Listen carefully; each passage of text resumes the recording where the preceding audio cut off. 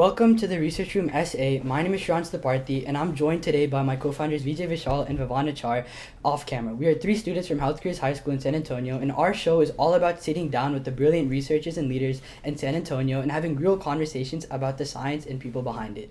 And today we are joined by Dr. Jennifer Davila, Assistant Professor in the Department of Medical Education, Director of Research Mentoring Initiatives, and Director of Administration for the MD-PhD program at UT Health San Antonio. Her entire career has been built around one mission, making sure the next generation of scientists has the mentorship and the roadmap to actually get there. Dr. Davila, thank you so much for being here. Happy to be here with y'all. Thank you for the invitation. And then to get started, can you tell us a little bit about yourself and what led you to dedicating your career to helping students find their way into research? Yeah, absolutely. So my entire education and career was kind of influenced from getting started with very little guidance. I didn't have mentors in high school, and which led me to be very uncertain about my career path. I didn't know what I wanted to do when I was your age. I was passionate about choir and musical theater, and I thought that I was going to be a musical theater star. And it didn't take me long to figure out that was not going to pan out. But I went to a community college for a couple of years, and that gave me time to get my basics out of the way and to really make friends, make support systems, and get some time to get to the next step. Okay. But even after the next step, I went to Texas State for my undergrad, and I really still didn't really know what I wanted to do with my life. I majored in mass communication and thought that I wanted to go into broadcasting. But again, I didn't have people in my life that were giving me career guidance. And I think one of the big things that I've learned is I was not asking questions, and I wasn't motivated to build myself a mentoring network or to really seek guidance from people who wanted to give me guidance, probably, but I never will know that because I didn't ask for it. But when I graduated from undergrad, I didn't know what to do. And so I stayed close to home, which was San Marcos at the time, Texas.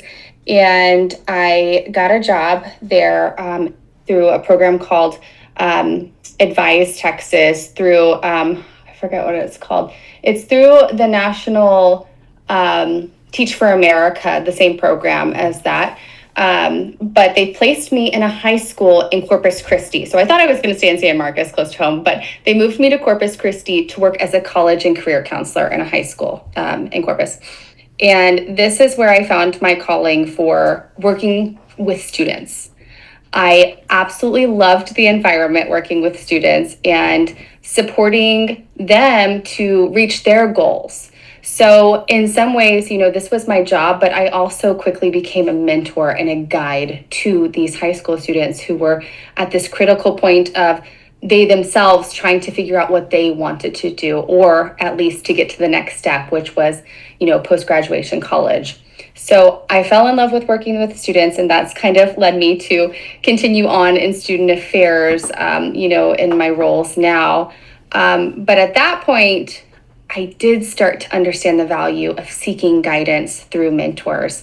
I worked with some people at the high school who had sought their master's degree in higher education administration, or what I did was I looked at their career pathway and I found an equivalent program at Texas State, which was student affairs in higher education, a master's degree in education. So what I did differently when I was, in this period of my life is I asked people that I thought had an admirable career pathway what they did. How did you get to where you are now? What was necessary? What were the necessary components? And through those thoughtful questions, they were happy. They were happy to just tell me about their life, similar to what we're doing now, right? Yeah. And through that, I learned, okay, so I didn't know this before, but in order to get to that position, I should probably get a master's degree and maybe some experience at working at a university because, I hadn't had that experience before. And then maybe I'll figure things out from there, like what I'm really passionate about, so to speak. So I went back to get my master's degree. And then after that, I knew that I wanted to work with students, but I didn't know exactly the university. I didn't know the specific space because I could have gone into, the advising center at a university. I could have gone into more human resources focus. I could have worked for an alumni affairs office or admissions, anything like that. But during the time when I got my master's degree, I found my then husband, my then boyfriend, and we decided that we were going to make a life together in San Antonio. So I was kind of more geographically bound at this time and looking for jobs. And so I came across lots of jobs and I applied for many, but I found this job at UT Health San Antonio. I didn't know much about this job. Yeah. What was an MD PhD program? You could have told me. I did not know. I did a lot of research, but what it came down to is I knew somebody at the university. I knew somebody who had taught one of the classes that I had gone to at Texas State for my master's degree. So I reached out to him and I said, hey, I am looking at this job. I don't know much about it. I think I would be a good fit because it is a supportive role to students. And these are high achieving students. I feel like I would be a great fit based on my background during my master's degree. And you know what he did? He said, yes, you should absolutely apply. And then he sent an email to the person who was leading the search, my now boss. And he said, you should totally interview Jennifer. She has these excellent qualities, XYZ. She would be a great fit for this. That is mentorship. And it's definitely a connection, if anything, where it's the power of who you know. He told me that I would be a good fit for this role. He advocated for me to the boss, the person who was hiring. And, without really even knowing me that well either, he just had a passion for ensuring that his previous student, me, was going to make it to the next level.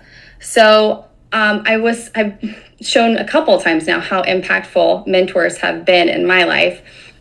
The next stage is when I started working at UT Health in this role in the MD PhD program.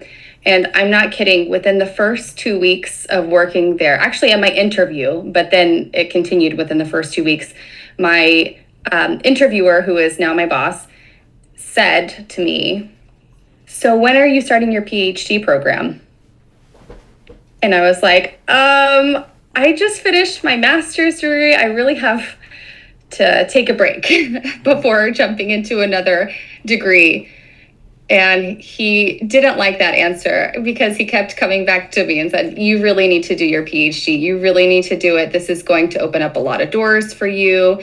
It's going to mean greater success. And I wasn't really ready to hear that information, but it meant so much to me that this person who I, had only really known for a couple weeks saw more in me than I saw in myself. Yeah. And I think that a quality of a good mentor is to sometimes push your mentees in a direction that may feel uncomfortable for the mentee, but it pushes them to achieve greatness. It pushes them into a level of discomfort, which is where the learning is happening. And that can be hard sometimes as a mentee, but once you're past that and once you've developed the growth from that discomfort that came out of that, you come out on the other side with confidence and you can look back and be grateful for that push.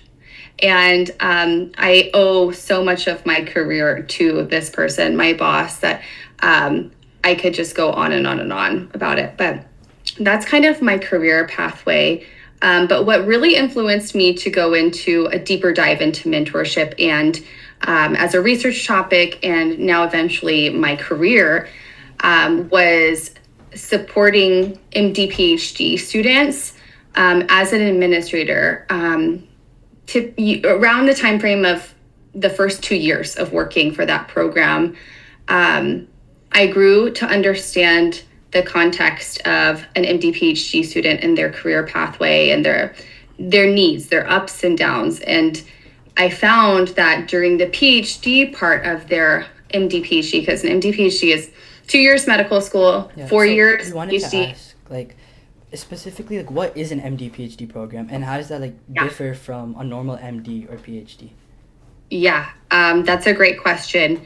So an MD PhD is for people who, or the program, the formal program, is for people who are so passionate about pursuing research. They're super curious, super passionate about research, but they also want to apply the questions that they're asking in the lab to a direct patient population. Okay, so they can't separate the two and want to do both at the same time. Okay. So typically we see people who, for example, if you are super passionate about Alzheimer's research, you may be in the lab dissecting brains, trying to understand what is happening at the cellular level, that when you go into the clinic and you're seeing, geriatric patients who this disease is occurring in, you're applying what you're seeing in the lab, the hypothesis that you're asking there, to the patients when you see them. So it's very unique because typically you're kind of either one or the other, right? An MD PhD program combines both. It's a long training, 8 years just for your pre-doctoral phase. And then typically you go on to residency and maybe pursue a fellowship, like a specialization and or a research component. And if you're wanting to incorporate research into that aspect, it's even longer. So it is a longer pathway, but it really is for people who are so passionate about what they do and their pathway to include research or to include that clinical care, that they don't mind so much because this is what they want to do with their lives. So the PhD part can be especially, both separately are very demanding coursework and experiences. And so I would often be like coordinating programmatic activities and retreats and seminars and things like that.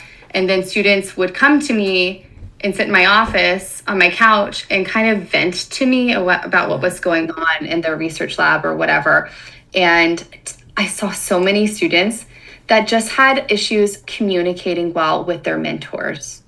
And it's a very powerful dynamic, the mentor-mentee in that specific context. We're talking about the PhD advisor is the mentor in the situation, and the mentee is the PhD student. And so talking with my students and talking them through their struggles and trying to give them advice on how to just more clearly communicate or what strategies to use to get their needs met while being respectful and professional. That's where the basis of a lot of my research and my job were influenced. Mm-hmm. And so, for example, right, like if a high school student in San Antonio came up to you tomorrow and was like, I want to get into biomedical research, but I have no idea where to start, what would you tell them? I would say, first, you are asking a very good question. And I feel like that is a huge indicator of whether you're going to be successful or not. I will say, I graduated high school in 2007, and I had no idea what research even was. Like, that research was like what, scientists did on TV or like in a movie or something like that. Just, knowing that this is a field where you can like actually see yourself, or, maybe in a few years, imagine yourself there, is a fantastic place to start. And I would encourage you to continue that curiosity and keep asking questions, especially to whatever resources you have, your teachers, your professors at your high school, any kind of college or career counselors. But San Antonio is such an amazing place to be right now. There is a ton of opportunities. You have UT Health, you have UTSA, you have several other undergraduate campuses that all host research and all host summer programs or other internship opportunities for specifically for high school students. And that's just naming like academic institutions. San Antonio is a hub for biotech industry workforce as well. And there's the military research that's happening too. So there's just a lot of opportunities. So I would say for a high school student, one is to do what you're doing, which is asking questions and get specific resources. And maybe your professors don't have that, so keep asking. Keep asking for something specific. How can I get research experience, or how can I get into a lab, or whatever the question is. And so I created a little bit of a guide for you to distribute to whoever is helpful of the resources that I have available in my network at the graduate school at UT Health. So I'm going to send that to you after this. Okay. And it lists a ton of opportunities just at UT Health and the programs specifically for high school students. Yes. But I feel like half of research is just learning how to ask the right questions. And so you're doing a great job just by reaching out and starting these conversations with people. And then, like, similarly in San Antonio, right, especially in, like, healthcare and then research and medical research specifically, there's, like, a lot of really high-achieving students. So, like, I know a lot of people may be thinking this. Is there a point where it's too late to start? Like, if a student didn't do research in high school, like, have they already missed the boat, or? No, I don't think so. And you're right. I feel like competition is just increasing every single year. Yeah. And like, I feel like in 10 years, the expectation is for students to have started research like in middle school. Yeah. So I don't know, only time will tell. But I mean, I know people who are late bloomers. I was a late bloomer, and who didn't find out really what they wanted to do until they were in their mid-20s or maybe later, who knows. And there are definitely opportunities still available to build a resume.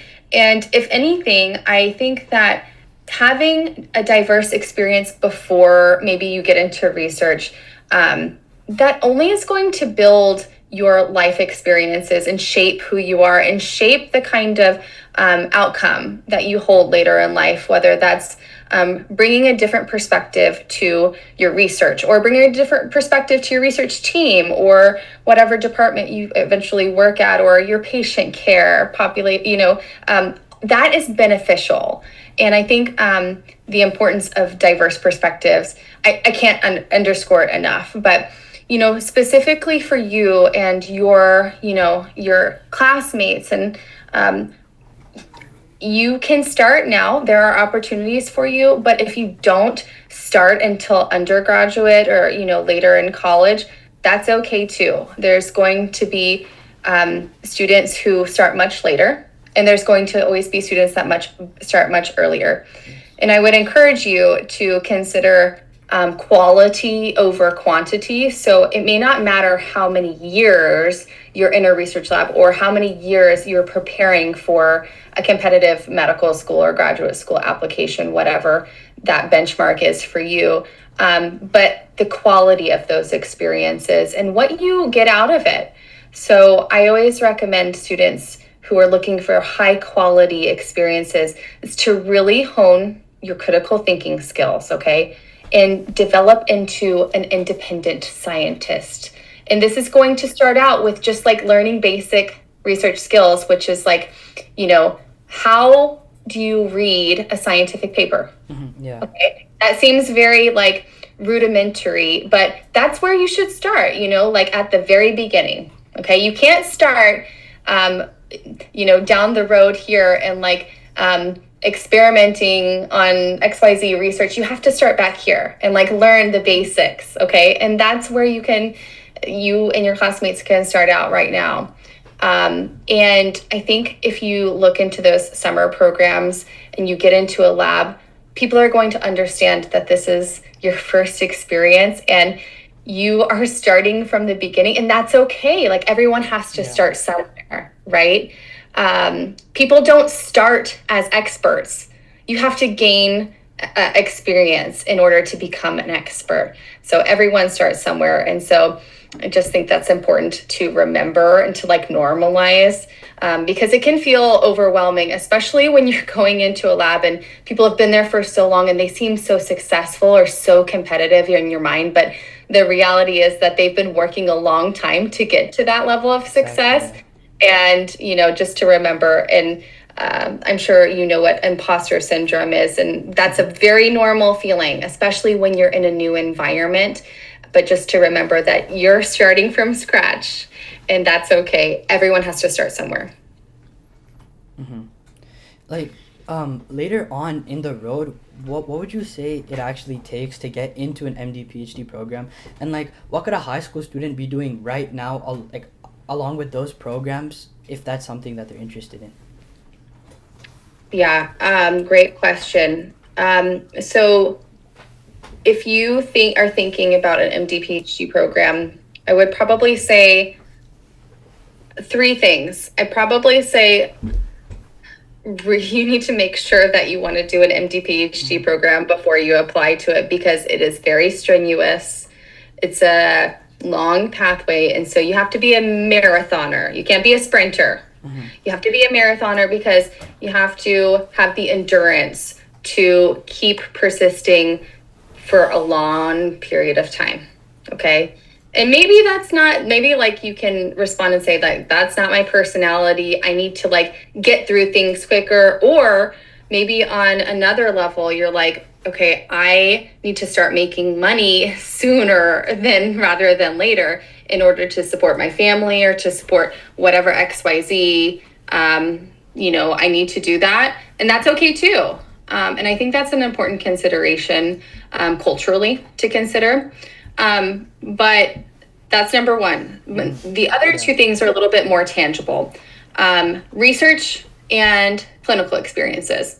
So research is the top way that you can make yourself competitive, and for an MD PhD program specifically. It can also help you be competitive for just MD. So if you just want to go to medical school, you can still boost your application with research experiences. And I think that's important to know, because it hits a broader population. The MD PhD student applicant pool is much smaller than the medical school pool of students. On that, like, how would the time frame look? Like, how long would it take to go through like traditional MD through a traditional MD program compared to PhD compared to like MD PhD? Yeah, so MD PhD is going to be 8 years just of that pre-doctoral phase. So I'm not including like residency training, which is going to be a separate amount of years. You're a doctor at that point. You're still in training, and it's still very rigorous. It's not the other side, which is like you're in power at that point as an independent doctor. But just during the training phase, 8 years for an MD PhD is average. Okay. MD only, just medical school, is 4 years. And that's going to be pretty standard across the United States, no matter where you go. PhD, on the other hand, I think there is a recent time to degree average that was announced, and I think it's about 5 years for a PhD is the average. But I think that this used to be 6 years. So I think thinking about a straight PhD, no MD, is probably going to be in the ballpark of 5 to 6 years. And this is after undergrad, right? So you still need to go to an undergraduate institution and get your basic undergraduate major, get those foundational coursework, courses out of the way. And then usually in your senior year of college, or, sometimes people will take a gap year or two to, strengthen their applications and accumulate more experiences. But usually that's around the time point that people start applying to those more advanced degrees. And then an MD PhD program would also require residency afterwards, right? if you can Correct. practice? Yes. Yeah. In order to practice as a physician, you have to go through residency training. And then we wanted to talk about like mentees and mentors, but I think you touched a lot on like the relationship and like how it's so important, like how it helped you specifically. And we wanted to ask for students who don't have anyone in their family in science or medicine and have no evident connections, how can you actually find a mentor? Like how would they go about finding a mentor? So I'm going to talk first about informal mentors, and then second I'll talk about formal, like lab principal investigators, which is, we shorten it to PI, and that is like your boss in a specific research lab. So first, informal mentors. These are your support system, okay? Mentors can range from, family members who are cheering you on, all the way to, professors or, people that you reach out to on social media, or maybe it's an alumni of your high school that you see on Facebook or, Instagram or whatever it is, who is at the next phase in their education that you feel like is similar to what you want to do.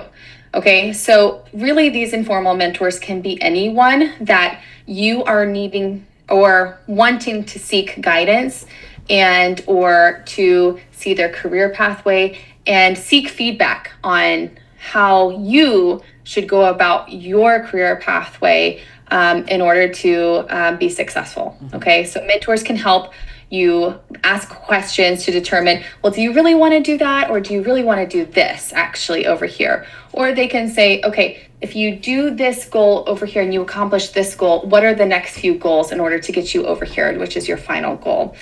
And maybe you don't know any of those things, and that's okay too, but having somebody to talk to about these things and to give you feedback and guidance is instrumental. Yeah. Okay. So as a high school student, I would recommend you talk to your favorite teacher. Okay. If you're wanting to go into, a specific field like medicine, ideally people that you're talking to are physicians themselves. Okay. If you don't have a physician in your network, because either there's nobody in your family or, anybody that you know of, you can even talk to your general practitioner, like your doctor that you seek medical care from, and just say, I'm interested in this. And I think that is probably something that people are afraid of. And I understand that. I get a lot of social anxiety, like, and like determining whether it's appropriate or not. But I want to encourage you to, like I said at the beginning, asking the right questions, not even the right questions, just like asking questions in general is going to get you farther in life, no matter, like, just generally. Okay. And other people who have family members who are doctors or family members that are researchers, or, like they've achieved this level because, they have family who were in it. They are asking questions. I guarantee it. So don't feel embarrassed or feel like you can't ask questions because you think it's inappropriate or something like that. Please, and I want to empower you to ask questions, okay? Your professors, your family doctor, you can reach out to people like your college and career counselor or your counselor at school, and they can do their best to connect you. They probably have a little bit of a network, maybe not a lot, but maybe enough to connect you to the next person, okay? You know me now. Yes, exactly. So I can help you connect you to people at UT Health, and I'm happy to do that for any, of your classmates that are looking for connections as well. And I would definitely recommend you check out the resource page that I'm going to share with you for high school students specifically. Thank you so much. Oh, and I was going to say about formal mentors, that's kind of like the next phase where you seek guidance from your informal mentors first, and they can put you in touch or like give you suggestions on who to reach out to for formal lab situations. So like the programs I'm going to send you, getting an idea of that kind of program and the resources within that network, they can help guide you to the next step, which is the formal lab mentorship. And then, so I know we were talking about this on email, and I just wanted to like like also mention it here. So like specifically research, right? Most people don't think of San Antonio when they think about like biomedical research. Why are they wrong, and why is San Antonio specifically such a great place to start? Yeah, I mean, I mentioned this a little bit already. There are just so many resources in San Antonio. UT Health in particular is a premier research institution. We have millions of dollars in research funding. And I think we're number 3 in the state, or maybe number 4 in the state for research funding and opportunities. Okay, so lots and lots of new stuff. Like there's a new building being built like every week in the medical center by UT Health, because we are just growing at such an amazing exponential rate. Okay. But not even just us. Like I was saying before, we are a biotech hub. Like there's a laundry list of different startup companies or biotech companies, usually smaller companies, but they are developing programs or products that are, starting from the ground up, getting patents and all of those things. Those, are run by scientists. And if they're not scientists themselves, CEOs or, COOs or whatever, they definitely have scientists on their team. Yeah. Okay. So San Antonio is just an amazing place to be right now for research. Wow, yeah. And then to one of our final questions we wanted to ask. So Dr. Davila, if you could go back and give your high school self one piece of advice about this whole journey, what would it be? And what is also one thing that you would like our audience to take away from this whole conversation? That is a really good question. I mean, I think that I would tell myself that I can do more than what I think that I'm capable of, and reach out to people and just ask questions and seek guidance. I think that I was in a bubble in high school of thinking that I was there just for the social aspect. And I didn't dedicate myself enough to my academics or putting time to thinking into what I wanted to do after high school.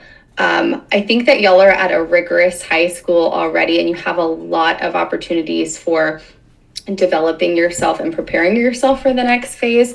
So I think you're already a leg up. But getting involved early.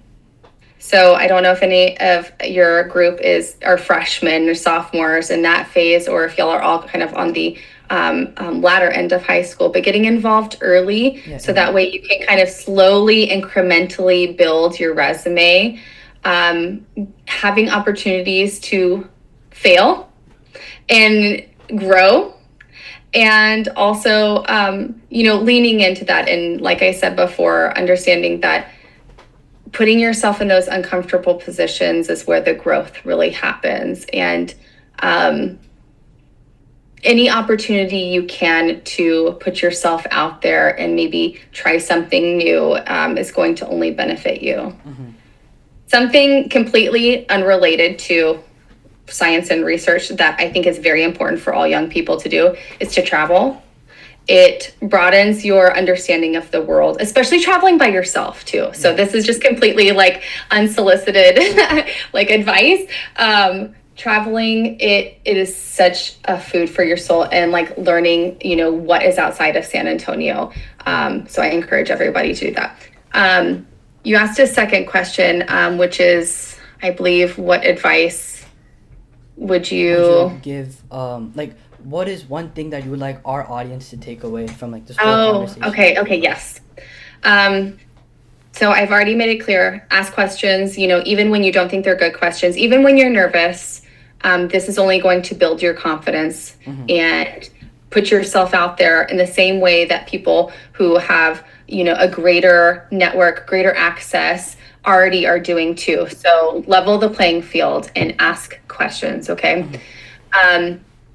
You don't need to know your entire future right now too. I think that's something else that's kind of lost in this because I want to help you understand all the resources that are out there. You don't need to plan out your entire future right now. And I think it probably is a little bit healthy to kind of be like, I know generally that I want to work in medicine, or I know generally I want to be a scientist, but the steps to get there and also the end goal is not yet to be determined. And I'm open to receiving more information, learning more about something in order to inform how I go about getting to the next step or going about determining the end goal. Because there's so many opportunities. Like when I was in high school, I would have never pinpointed where I am now as, an assistant professor in the Department of Medical Education or director of research mentoring. It's just like nothing. That's not a real expectation, right?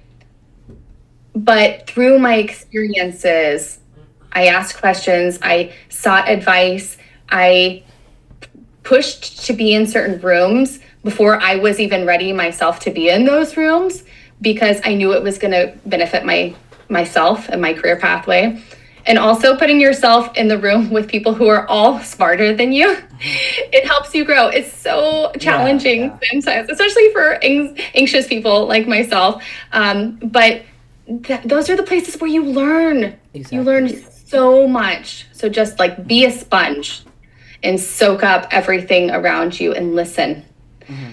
I've told you a lot to ask questions, but also I forgot that listening is so important to the learning process as well. Being a receiver of the information that you're asking for and taking it to heart too. Yeah, that was such amazing advice. And then Dr. Davila, those seem to be all our questions for today, and we cannot thank you enough for taking the time to sit down with us today. Everything you shared about mentorship, the pathways into research, what it takes to get started, and then you mentioned sending us resources that we'll attach them in the description below. And thank you so much. It's exactly what everything you said was so thought out and well articulated, and we hope every student watching this feels the same way. Thank you. Absolutely. It's